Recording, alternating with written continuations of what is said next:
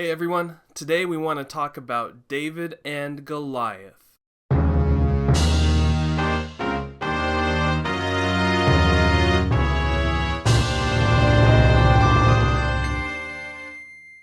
The story of David and Goliath is one of the most well-known in all of the Bible. Kind of. Because it's also one of the most misunderstood stories in all of the Bible. David was a little guy who did big things for God. What big thing are you gonna do for God? David chose 5 smooth stones to face Goliath. What are the 5 smooth stones that you're gonna throw at your giant? David found a weakness in Goliath's armor. What is the weak point where you can attack your giant? David chopped off Goliath's head with his own sword, bagged the head, and took it back to camp. What if the purpose of this story is not for us to be like David, or to even emulate David, or be inspired by David? What if the story about David and Goliath has a much more important role to play? And what if it tells a part of a much bigger story, which is actually the story of the entire Bible? So let's break down 1 Samuel in chapter 17, and along the way, we'll look at 3 different shifts in the story, 3 road markers, 3 snow poles, whatever you want to call them. And that way we can navigate the chapter in pieces, and then we'll stick them back together, and hopefully we'll see what this story is telling us actually about Jesus and the gospel.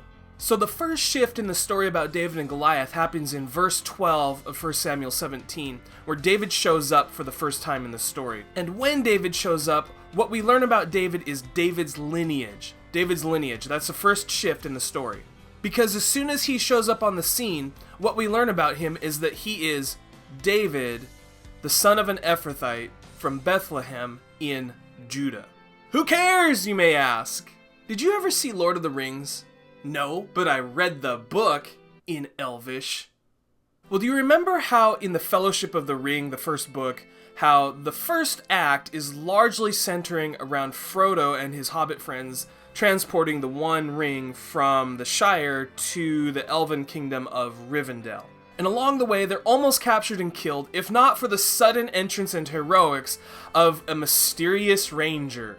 But Tolkien drops this bomb on us as the readers when he reveals to us that this ranger is not just some random ranger. This is no mere ranger.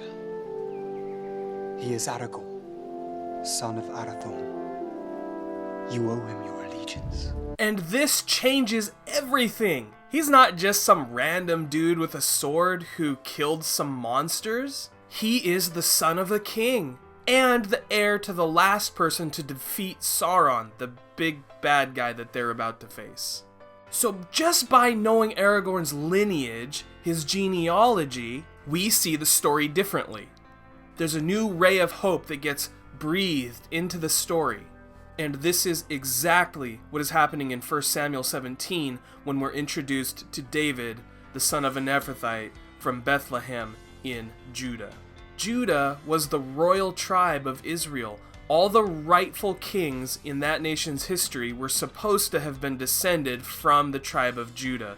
And this is something that was promised or prophesied thousands of years before Israel even became a nation state. And if we were to read the previous chapter, 1 Samuel chapter 16, we would have seen David, formerly a shepherd, become anointed as the successor king to Saul, who had been rejected by God. So when David shows up on the scene here in verse 12 and we hear about his lineage, all of that history, all of that background, all of that hope is wrapped up in what Samuel's telling us. So that's David's lineage. The second shift in the story happens in verse 26 when we hear David's question. Who is this uncircumcised Philistine that he defies the armies of the living God? If you grew up in church, let me tell you something. You are probably way too familiar with the word circumcision. Now try to imagine this. Here comes big scary Goliath, and he comes down and makes his challenge. What are you guys doing over there? Send down a man to fight me. I defy your God. I defy your king. Let's get this over with. See, he's been doing that twice a day, every day, for the last 40 days. And the Israelite army has done precisely nothing about it. But see, this time David hears the challenge. And this is the first time David speaks in the scriptures, by the way. David's first recorded words in all of scripture are this question: who is this uncircumcised Philistine that he defies the armies of the living God? But think about this with me for a second. David, how did you know that Goliath is uncircumcised? I'll give you a second to think on that. You see, David's question is not an anatomical one, it is a theological one. What's in view here is not Goliath's body, it's his soul. Circumcision in the Old Testament is a very specific custom meant for a very specific purpose. It was supposed to be an outward sign of a spiritual reality, namely, that these people were the descendants of Abraham the Hebrew, and more specifically that they belonged to the God of Abraham. So David's question, which is really more of a declaration about Goliath than it is a question, has nothing to do with looking up Goliath's skirt. Goliath has defied the living God, which means that Goliath's enemy at the end of the day is not really David, or even Saul, or the Israelite army. Goliath's enemy is Yahweh, which as far as David is concerned, means Goliath is as good as dead. Which leads us to our third and final shift in the story, David's victory. David's victory has nothing to do with his skill with a sling. In fact, as you keep reading this story, you'll come across this interchange between David and Saul. And something that's fascinating about that conversation is that while on the one hand David knows exactly what is going on, Saul has no clue that David, who is offering to fight Saul's battle for him, has actually already been anointed the king to replace him. So much drama! But there's this interchange between Saul and David where David tells Saul, look, I've killed a bear, I've killed a lion, and this uncircumcised Philistine is going to be no different. But we have to read carefully and remember what David says in verse 37, because what he actually says is that it's the Lord who delivered him from the paw of the bear, and it's the Lord who delivered him from the lion, and it's the Lord who's going to deliver him from the giant. The focus here is so clearly not about David and what David can do. It's about the Lord and what the Lord is going to do. This is not about David. David is just God's instrument. And if we make it about David, we're missing the point. It's kind of like reading a gripping novel, getting to the end of it, and thinking, wow, that author must have really had a nice laptop to do all their work on. But if there's one thing we're good at, it's making this story about David. Remember the setup here. The two armies are on either side of this valley, and Goliath's challenge is a very specific one. I will be the Philistine champion, you send me the Israelite champion. The two of us will fight, and the outcome of our fight will determine the outcome of this war.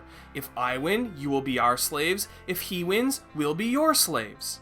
And so when David goes down to face Goliath, he says something very important that we are prone to miss. See, there's all this rhetoric about who's going to kill who, and what the birds of the air are going to do to the carcass of the dead guy. But David gives the interpretive key to this entire story in verses 46 and 47. He says that because of this battle, all the earth will know that there is a God in Israel, and that everyone may know that the Lord saves, not with a sword and a spear. So that's it. That's the two things that we learn from this story about David and Goliath, from David's own mouth.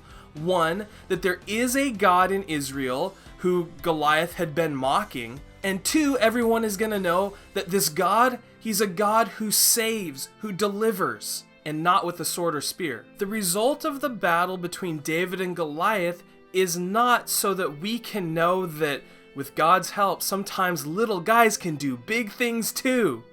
You're not going to sing, are you? The result of David's battle with Goliath is not for us to learn how to cultivate strategies against facing the giants in our own lives. The result is that we know that there is a God, and that he is a God who saves, who delivers. See, we're not David in this story, out to face our own giants. If anything, in the story, we're the community. We're the Israelite army who faces an invincible opponent but can do nothing about it, except maybe run away.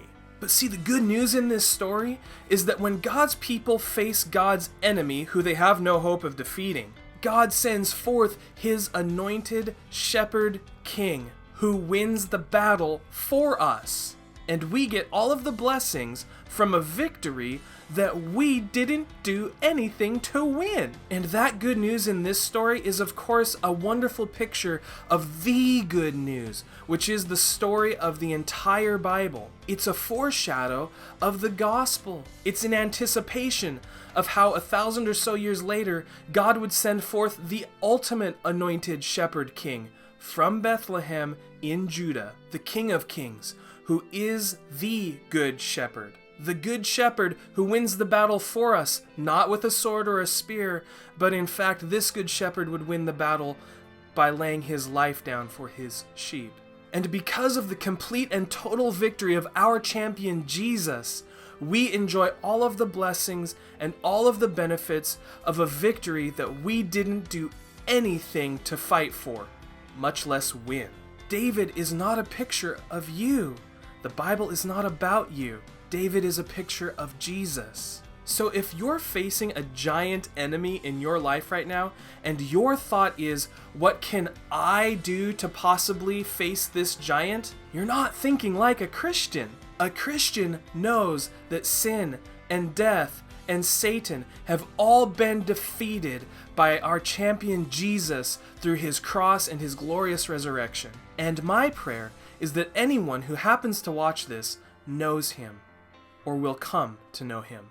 So that's Jesus and the gospel in the story of David and Goliath. Please feel free to like and share. You can tweet me at RevBillBrown. Let me know if there's any Old Testament stories or concepts that you'd like to think through together with me and to discover how they ultimately point us to Jesus and his gospel. All right, have a blessed week, everybody. See ya.